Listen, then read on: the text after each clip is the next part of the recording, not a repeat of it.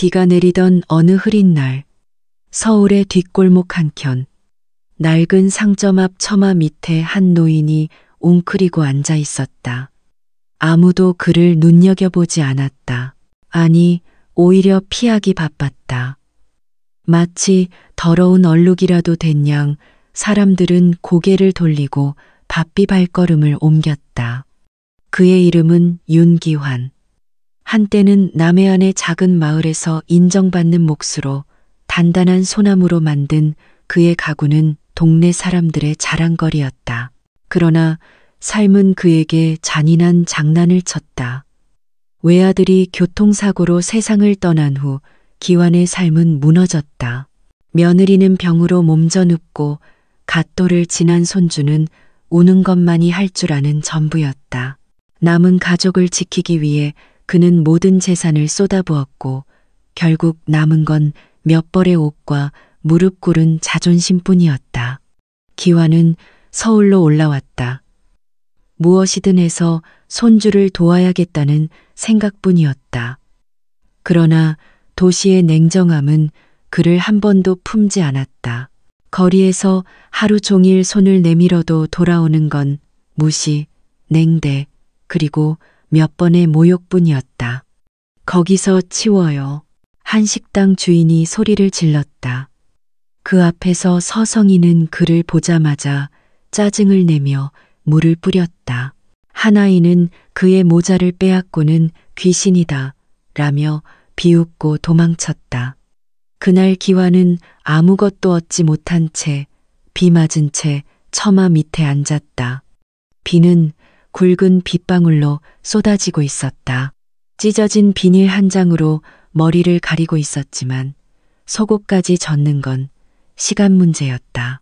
손은 떨리고 배는 고프고 몸은 이미 한계를 느끼고 있었다. 사람들은 왜 이렇게 차가울까? 그는 속삭였다. 목소리는 갈라졌고 눈은 멍했다. 그 순간 조심스레 다가오는 발소리가 들렸다. 발은 낡은 고무신을 신고 있었고 걸음은 조용하지만 흔들림이 없었다.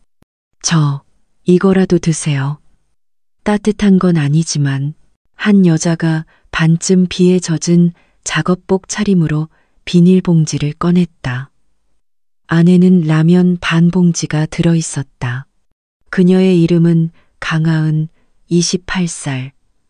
동대문 근처 공장에서 청소 노동자로 일한 지 벌써 6년째였다. 그녀도 가난했지만 그날 그 순간 반 봉지 남은 라면을 기환에게 건넸다. 아무 망설임도 없이. 기환은 한동안 말이 없었다. 그저 두 손으로 조심스레 그것을 받아들었다. 감사합니다. 그의 눈가가 젖어들었다. 그것은 단순한 라면이 아니라 오랜만에 받은 인간의 따뜻함이었다. 비가 내리고 바람이 불어도 그 순간 두 사람은 조용한 온기로 연결되어 있었다. 그날 밤 하은은 집에 돌아온 뒤에도 그 노인의 눈빛이 잊히지 않았다. 서울 성북구의 한 오래된 골목, 하은이 사는 고시원 방은 겨우 4평 남짓이었다. 창문은 좁았고 벽지는 군데군데 곰팡이가 피어 있었지만 그녀는 익숙했다. 전기 히터 하나, 벽에 걸린 물 빠진 수건 한 장, 그리고 작은 선반 위에 놓인 인스턴트 라면 몇 봉지가 전부였다. 그날따라 그녀는 라면을 끓이지 않았다. 남은 반 봉지를 그 노인에게 드리고 나니 그냥 물 한 잔으로 저녁을 대신했다. 창밖에는 여전히 비가 부슬부슬 내리고 있었다. 그녀는 조용히 창문 앞에 앉아 과거를 떠올렸다. 하은은 고아원에서 자랐다. 부모는 그녀가 3살 때 교통사고로 세상을 떠났고 이후엔 한 번도 가족이라는 단어를 가질 수 없었다. 어릴 적 생일에 아무도 찾아오지 않던 그날, 유일하게 기억에 남는 건 한 봉지 과자를 몰래 건네주던 고아원 선생님의 미소였다. 세상엔 아직 따뜻한 사람이 있어. 그 말은 어린 그녀에게는 마치 주문처럼 마음에 새겨졌다. 성인이 된 후 하은은 청소 아르바이트부터 주방 보조까지 온갖 일을 하며 살았다. 하루 2번 오전 6시부터 시장 청소, 오후엔 산업단지의 건물 내부를 닦았다. 손에 굳은 살이 가득했고 무릎은 항상 아팠지만 그녀는 불평하지 않았다. 돈이 많지는 않지만 나도 누군가에게 도움 줄 수 있는 사람이 되고 싶어. 그녀는 그렇게 스스로를 다독였다. 그리고 그날 노인을 만났고 마음속에서 무엇인가 울컥 올라왔다. 그녀는 작은 공책을 꺼내 펜으로 몇 자를 적었다. 오늘 라면 반 봉지를 나눴다. 그는 내 이름도 묻지 않았지만 감사합니다 라고 말했다. 세상에서 가장 따뜻한 말이었다. 그날 밤 하은은 오랜만에 꿈을 꾸었다. 꿈속에서 그녀는 어린 시절로 돌아가 있었고 고아원 앞에서 누군가 그녀에게 따뜻한 밥을 건네주고 있었다. 다음 날 아침 하은은 눈을 뜨자마자 첫 버스를 타고 일터로 향했다. 시장은 아직 어두웠고 지게차 소리와 고양이 울음소리만 간간히 들렸다. 빗방울이 그치지 않은 거리, 도로 위에 널려있는 쓰레기를 주워 담으며 그녀는 마음속으로 노인을 생각했다. 그분 오늘도 저기 계시려나. 점심시간 하은은 도시락을 싸오지 않았다. 그날도 먹을 게 많지는 않았지만 어제보다 더 준비된 마음으로 작은 도시락을 쌌다. 밥 반 공기, 김치 몇 조각, 그리고 달걀 프라이 하나. 일을 마치고 곧장 어제 그 처마 밑으로 향했지만 노인의 모습은 보이지 않았다. 그녀는 잠시 망설이다가 그 자리에 도시락을 살짝 내려놓았다. 그 위에 쪽지 한 장을 올렸다. 추우실까봐 준비했어요. 부디 드세요. 괜찮으시다면 내일도 여기서 뵐게요. 강하은 드림. 그녀는 고개를 숙이고 다시 돌아섰다. 뒷걸음치듯 떠나는 그녀의 모습은 무척 조심스러웠다.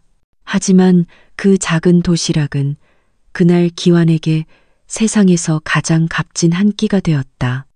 그날 밤 윤기완은 도시락을 조심스럽게 열었다. 찬밥이었지만 누군가를 생각하며 준비된 밥이었다. 계란 후라이는 살짝 타 있었고 김치는 신맛이 났지만 그는 이보다 맛있는 밥을 평생 먹어본 적이 없었다. 입안에 밥을 넣자 무언가 꿀꺽 내려가면서도 울컥 올라왔다. 그는 먹는 도중 몇 번이나 멈춰야 했다. 이게 뭐라고? 그는 중얼거렸다. 하지만 그 뭐라고 하는 그 한 끼가 세상과의 끊어진 연결선을 다시 이어주는 달이었다. 기완은 자신이 누군가의 친절에 다시 살아난 느낌이었다. 어떤 계획도 기대도 없이 이 도시에 흘러들어왔지만 지금 그는 처음으로 어떤 이유로 살아야 할지를 되묻고 있었다. 다음 날 새벽 기완은 동틀 무렵부터 걸었다.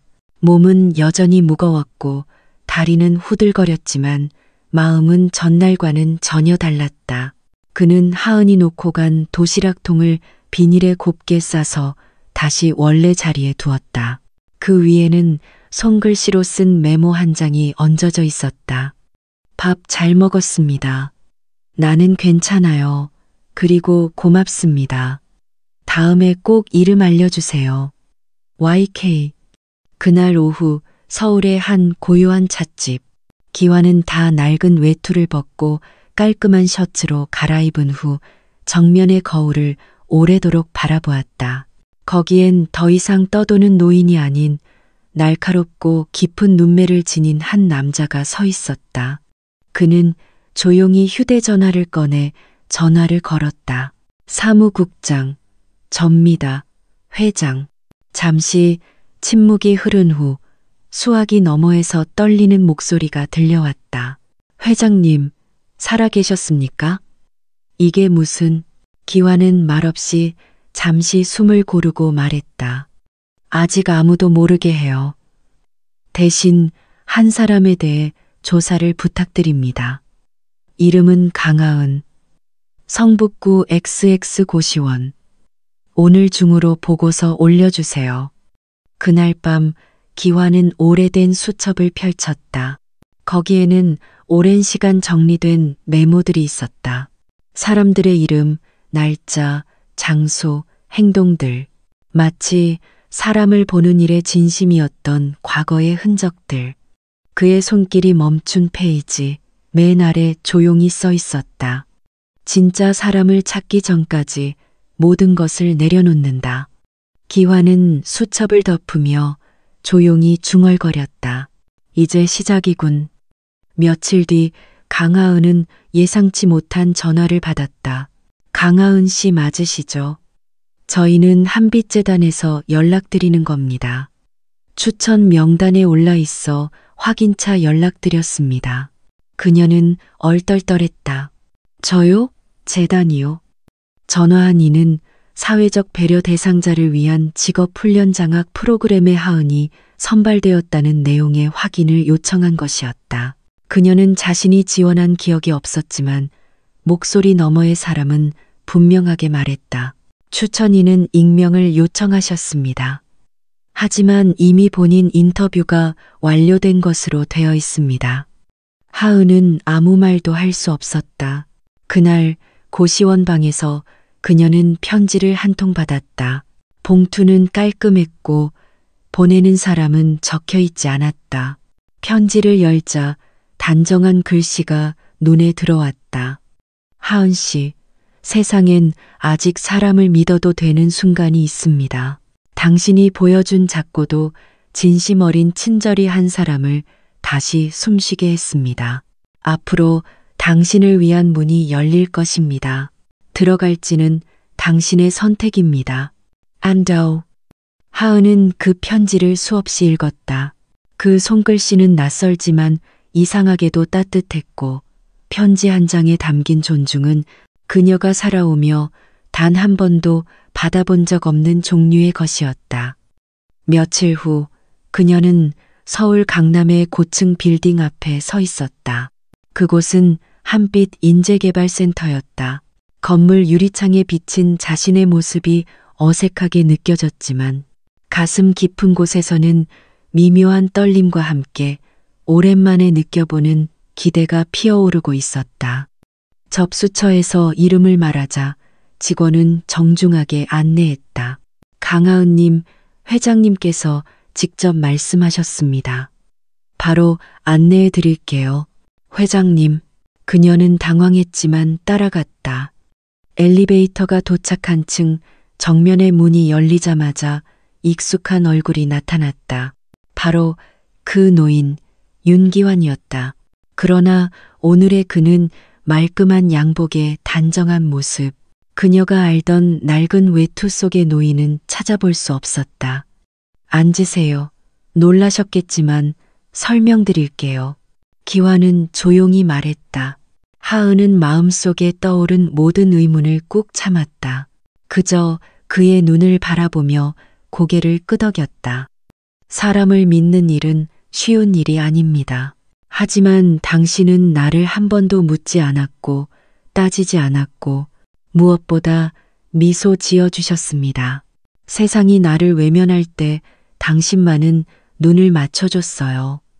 그의 말에 하은의 눈가가 뜨거워졌다. 그건 그냥 그저 사람이니까요. 그녀가 겨우 대답했다. 기환은 웃으며 책상 서랍을 열었다. 이건 내 마지막 실험이었어요.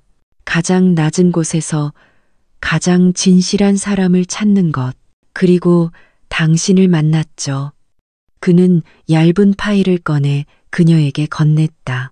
파일 속에는 그녀의 이름이 적혀 있었고 위에는 이렇게 쓰여 있었다. 강하은 특별 인턴십 프로그램 대상자. 훈련 후 인재개발센터 지역 본부장 후보로 육성 예정. 하은은 숨이 멎을 것 같았다. 저 같은 사람이요? 기환은 단호히 말했다. 맞습니다. 당신 같은 사람. 가진 건 없지만 마음만은 누구보다 풍요로운 사람. 그런 사람이 이 시대에 필요합니다. 그날 건물 밖으로 나오는 길. 하은은 잠시 하늘을 올려다봤다. 여전히 구름은 많았고 햇살은 흐렸지만 그녀의 가슴엔 확실히 빛이 들어오고 있었다. 다음 주 월요일 아침, 강하은은 새벽 첫 기차를 타고 경기도 외곽의 한적한 마을로 향했다. 목적지는 은하인재회복센터 한빛재단이 운영하는 인재재교육 갱생훈련소였다. 그곳은 도시 외곽의 오래된 병영을 개조한 건물이었고 이름 그대로 과거의 상처를 씻고 다시 일어설 사람들을 위한 공간이었다. 하은은 낡은 가방 하나와 마음 한가득의 의문을 안고 그곳에 도착했다. 센터 입구의 간판은 오래되어 글자가 바랬고 잡초가 자란 흙길이 길게 이어졌다. 하지만 그녀는 물러서지 않았다. 여기까지 왔으면 한 번은 버텨보자. 스스로에게 조용히 말했다. 센터에는 이미 다양한 사람들이 모여 있었다. 전직 교사였던 중년 여성, 고등학교 자퇴 후 방황하던 20대 남성, 그리고 한눈에 보기에도 이력서에 적을 수 없는 시간을 지닌 이들.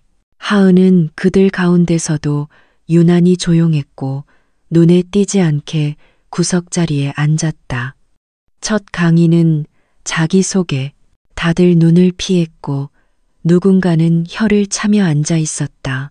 하지만 진행자 역할을 맡은 교육팀장 하은보다 몇 살 어린 여성은 조용히 웃으며 말했다. 자기 얘기를 해달라는 게 아닙니다. 자기가 무엇을 꿈꾸는지를 말해주세요. 과거는 놓고 오셨죠? 하은의 차례가 오자 그녀는 잠시 숨을 고르고 입을 열었다. 저는 누군가의 힘이 되고 싶은 사람입니다. 한때 저도 누군가의 한 끼로 살았고 지금은 그 한 끼를 다시 돌려주고 싶습니다.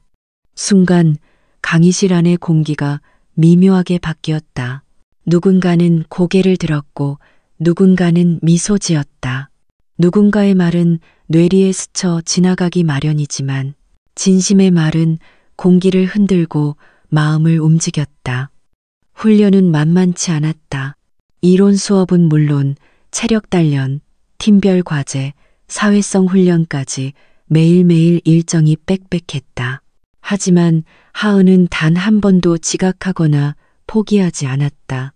오히려 매일 제일 먼저 도착해 청소를 도맡고 조용히 물을 끓여두고 있었다. 그 모습을 본 몇몇 참가자들은 처음엔 의심했지만 점점 그녀를 중심으로 모이기 시작했다.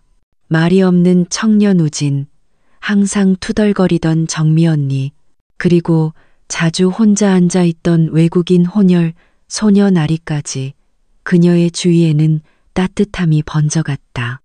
어느 날 밤 훈련생 전원이 모인 워크숍에서 담당 매니저가 이런 질문을 던졌다. 만약 여러분 중 누군가가 이 센터를 운영할 자격을 얻는다면 당신은 왜 그 사람이 되어야 할까요? 조용했던 회의실. 하은은 손을 들었다. 제가 그 사람일 필요는 없습니다. 다만 이곳이 다시 누군가의 처음이 될 수 있도록 돕고 싶을 뿐입니다. 저는 살아보니 알겠더라고요. 사람은 기회보다 믿어주는 눈을 먼저 필요로 한다는 걸. 그날 이후 센터의 분위기는 달라졌다. 훈련생들은 스스로 조를 나누어 청소하고 식사 당번을 정하며 조용한 연대감을 키워갔다. 그 중심엔 언제나 하은이 있었다. 센터 훈련이 시작된 지 한 달. 하은은 점점 그곳 사람들과 하나가 되어 있었다. 소외받던 우진은 이제 매일 아침 제일 먼저 운동장에 나와 체력 훈련을 시작했고 정미 언니는 식사 준비를 도맡았으며 혼자만의 세상에 갇혀있던 나리조차 하은에게 자작시를 건넬 만큼 변화하고 있었다. 하은은 변화를 믿게 되었고 사람들의 안에 깃든 다시 살아보고 싶은 마음이 분명히 있다고 느꼈다. 그녀는 점점 중심으로 자라났다. 의도하지 않아도 모두가 먼저 찾고 먼저 기대는 사람이 되었다. 그러던 어느 날 예기치 못한 일이 터졌다. 센터의 컴퓨터가 해킹되었다. 기록 파일 수십 개가 삭제되었고 참가자들의 개인정보 일부가 외부로 유출되었다는 정황이 포착됐다. 문제는 해킹 흔적이 사용된 계정이 바로 하은의 아이디였다는 것이다. 이거 강하은 씨 본인 계정 맞죠? 센터 전산 담당자 김 과장은 황급히 묻자 하은은 얼떨떨한 표정으로 고개를 저었다. 전 그런 적 없어요. 컴퓨터 자체를 거의 안 써요. 메일도 확인만 하는 정도고요. 하지만 전산 기록은 냉정했다. 아이디 접속 시간, 접속 IP, 삭제된 파일 경로까지 정확히 하은의 계정으로 남아 있었다. 그날 오후 회의실에서는 긴급 미팅이 열렸다. 참가자들 대부분이 모인 가운데 센터장과 기획팀장, 외부 감독관까지 참석한 공식적인 조사 자리였다. 강하은 씨, 이 상황 어떻게 설명하실 수 있겠습니까? 센터장은 엄하게 물었고 하은은 조용히 입을 열었다.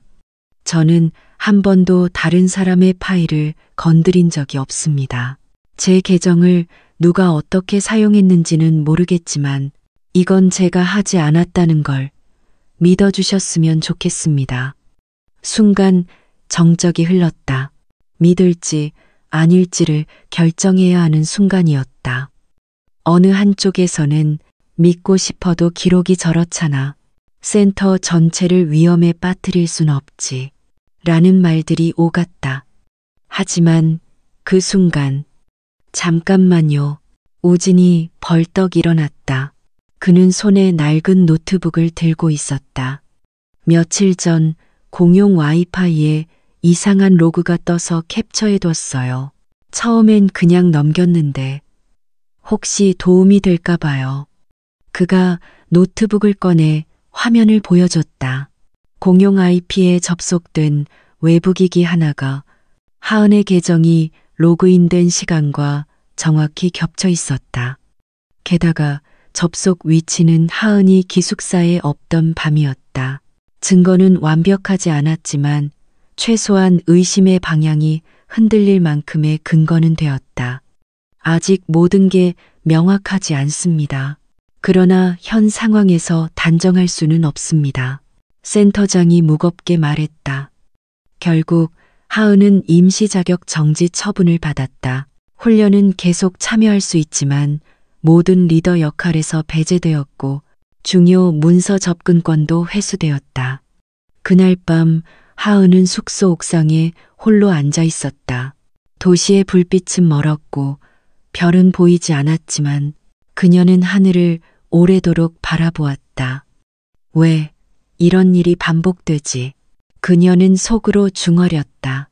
평생 억울한 일을 당해도 말 한마디 못했던 기억들이 떠올랐다. 고아원에서, 식당에서, 공장 청소실에서. 그녀는 무릎을 껴안고 조용히 눈을 감았다. 그런데 누군가 옆에 앉았다. 날이었다. 조용히 그녀의 어깨에 머리를 기대며 속삭였다. 언니는 우리가 봤어. 언니는 절대 그런 사람 아니야. 그 말에 하은은 입을 다물 수밖에 없었다. 마치 세상에서 단 한 줄의 빛이 다시 그녀에게 다가온 느낌이었다.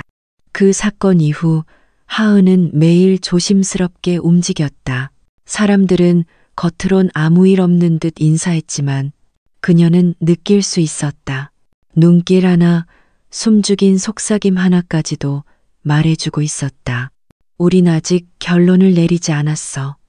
그녀는 억울함보단 외로움이 더 크게 다가왔다.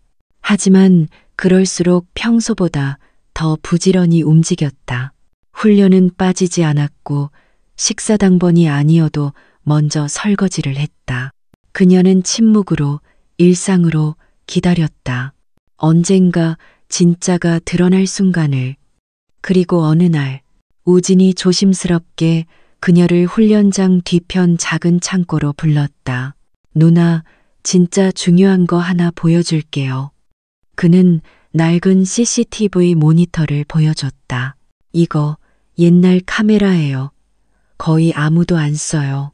하지만 어제 형들이 야간 청소하다가 배선 점검하면서 우연히 켰대요. 영상에는 누군가가 새벽 이시경센터 본관에 몰래 들어가는 모습이 찍혀 있었다. 모자와 마스크로 얼굴을 가렸지만 작은 문신 하나가 손목 아래 희미하게 보였다. 이 문신 어디서 본 적 있어? 하은은 중얼거렸다. 며칠 전 센터 체력 담당 코치 중 한 명정훈의 팔에서 본 것이었다. 그는 평소 말이 없고 훈련생들과도 거리를 두는 편이었다. 하지만 하은은 그가 센터 컴퓨터실 근처에서 혼자 있는 걸 몇 차례 목격한 적 있었다. 그녀는 당장 신고하지 않고 먼저 누군가에게 알리기로 했다. 바로 윤기환 회장. 그날 저녁 서울 본사에서 윤기환은 하은의 전화를 받자마자 차를 몰아 직접 센터로 향했다. 회장은 조용히 훈련장 뒷방에서 하은, 우진, 그리고 기술팀 담당 인턴 둘을 불러 전체 CCTV 로그와 교대 기록을 검토했다. 거기엔 명확한 로그가 남아 있었다. 정훈 코치의 카드키가 새벽 2시 16분에 본관에 들어간 기록. 문신, 시간, 접속 경로 모든 퍼즐이 맞춰지고 있었다. 다음 날 아침 센터 전원이 소집되었다. 윤기환이 직접 자리했다. 그리고 조용히 말했다. 지난 한 달간 센터의 보안 문제가 논란이 되었습니다. 그중 억울하게 의심을 받은 분도 있었지요. 하은은 고개를 숙였다. 그 순간 화면이 켜지고 CCTV 영상이 재생되었다. 영상 속에서 정우는 고개를 푹 숙이고 키보드를 조작하고 있었다. 그리고 손목에서 분명히 확인되는 문신. 뒤이어 로그 기록과 접속 IP가 뜨자 전체 훈련장이 술렁이기 시작했다. 정우는 결국 사실을 시인했다. 그는 과거 다른 센터에서 내부 비리를 고발한 적이 있었고 그 사건으로 해고된 후 은밀히 복수를 준비해왔다고 밝혔다. 그는 본인 계정이 감시받는 걸 알고 하은의 계정을 도용했던 것이다. 하은의 억울함은 공식적으로 풀렸다. 그녀의 명예는 회복되었고 센터장은 공식 석상에서 그녀에게 사과했다. 하지만 하은은 눈물을 보이지 않았다. 그녀는 그저 고개를 숙여 인사하고 같은 오후 평소처럼 청소를 하고 밥을 준비했다. 나리는 달려와 그녀를 껴안았고 우진은 누나가 해냈다고 울먹이며 말했다. 그리고 그 순간 센터 안의 모든 사람들이 진심으로 박수를 보냈다. 그날 밤 윤기환은 다시 센터를 찾아왔다. 하은과 조용히 마주 앉아 차 한 잔을 마셨다. 오늘부터는 당신의 시간이 될 겁니다. 당신은 이곳에서 가르치는 자가 되어야 합니다. 하은은 조용히 미소 지었다. 전 아직도 배워야 할 게 많아요. 그렇기 때문에 자격이 있는 겁니다. 기환은 천천히 봉투 하나를 꺼냈다. 그 안에는 센터 공동운영 책임자 위촉장이 들어있었다. 하은은 아무 말도 하지 못했다. 그저 눈물이 흘렀다.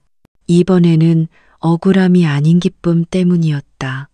어쩌면 이 이야기는 우리 모두가 한 번쯤 가슴속에 품고 있는 작은 소망의 이야기일지도 모릅니다. 작은 친절이 세상을 바꾼다는 말이 때론 진부하게 들릴 수 있지만 하은의 이야기를 따라가다 보면 그 말이 결코 과장이 아니라는 걸 깨닫게 됩니다. 비 오는 날 반쪽 남은 라면 하나를 내밀 수 있는 마음, 억울한 상황 속에서도 분노보다 인내를 택하는 용기, 그리고 자신이 받은 온기를 다시 세상에 나누고자 하는 다짐. 이 모든 것이 모여 단순한 감동을 넘어 진짜 변화로 이어진다는 걸 보여준 이야기였습니다. 우리는 살면서 너무 자주 작은 선의를 놓치곤 합니다. 하지만 이 이야기처럼 그 작은 한순간이 누군가의 인생을 바꾸고 더 나아가 세상을 바꿀 수도 있다는 가능성을 믿고 싶습니다. 그리고 하은처럼 우리도 누군가의 처음이 되어줄 수 있기를 바랍니다. 만약 이 이야기가 당신의 마음 한켠을 따뜻하게 해줬다면 지금 좋아요 버튼 한번 눌러주시고 구독도 부탁드립니다. 이야기의 다음 장, 더 깊고 더 뜨거운 파트가 곧 이어질 예정이니까요. 그리고 댓글로 당신의 생각을 꼭 들려주세요. 당신이라면 급이 오는 날 반쪽 라면을 나눠줄 수 있었을까요? 당신은 어떤 선한 영향력을 나누고 싶은가요? 이야기는 아직 끝나지 않았습니다. 우린 함께 계속 써나갈 수 있어요. 기다릴게요. 감사합니다. 지로